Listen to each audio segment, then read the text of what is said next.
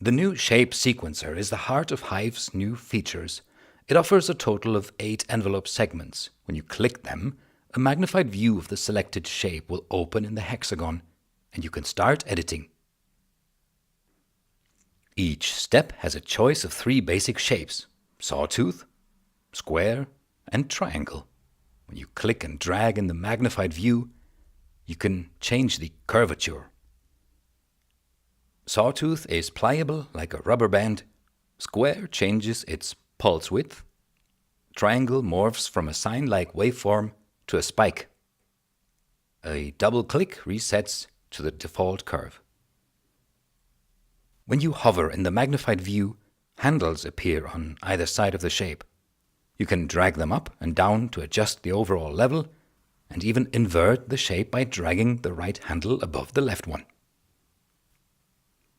Using the mouse wheel, you can continuously ratchet the shape up to 4 times, which you can use to generate various subshapes from the original waveform. For instance, triplet timing and different grooves. As you can modulate each level, the curvature and the ratchets in real time, there's a lot more power under the hood. These are the basic editing options for the 8 shapes.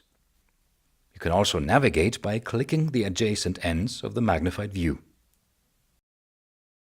Below the 8 shape segments, you can see a matrix of 4 rows with a selector for each step. This lets you create 4 independent selection sets. There are 4 corresponding shape modulators called A, B, C, and D.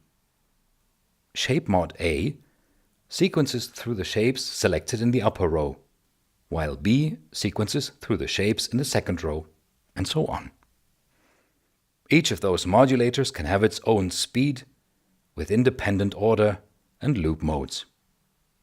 So the Shape Sequencer offers 4 complex modulation signals made out of the 8 editable shapes. Let's have a look at the order options of each of those modulators. The loop forward option will repeat the selected shapes, forming a complex LFO, or if you select only one shape, a simple extra LFO. The backward loop option, pool, is the same but in the other direction.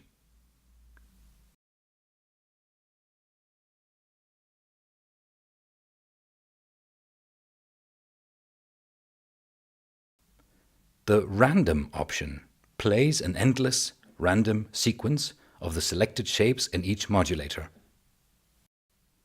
One shot turns the sequence into an envelope. It plays the selected shapes once and then stops.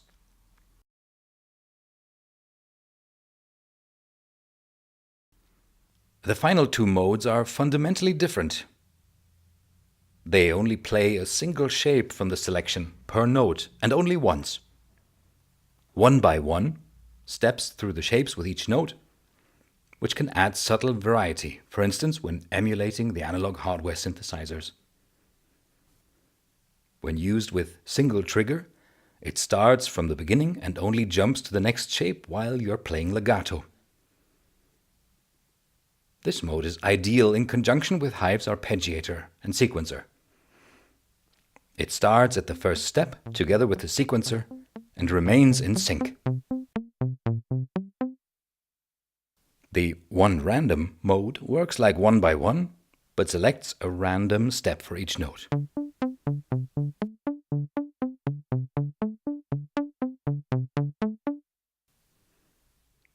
The Shape Sequencer offers 2 types of modulation targets. Dragging any modulation source onto a shape's time-based selector will create the corresponding connection in the matrix. The source modulates the rate of that shape. The underlying parameter goes from -5 to +5, which corresponds to the rate knob of the LFOs. Like those, integer steps double or halve the rate.